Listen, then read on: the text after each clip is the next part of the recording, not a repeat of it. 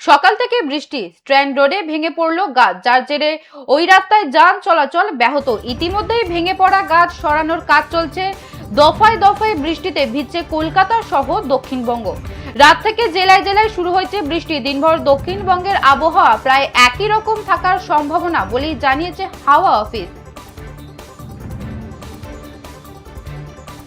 নজর রাখছি কলকাতা দিকে। সকাল থেকে টানা বৃষ্টি, স্ট্যান্ড রোডে ভেঙে পড়লো গাছ। সকাল থেকে বৃষ্টি, স্ট্যান্ড রোডে ভেঙে পড়লো গাছ, যার জেরে ওই রাস্তায় যান চলাচল ব্যাহত। ইতিমধ্যে ভেঙে পড়া গাছ সরানোর কাজ চলছে। দফায় দফায় বৃষ্টিতে ভিজেছে কলকাতা সহ গোটা দক্ষিণবঙ্গ।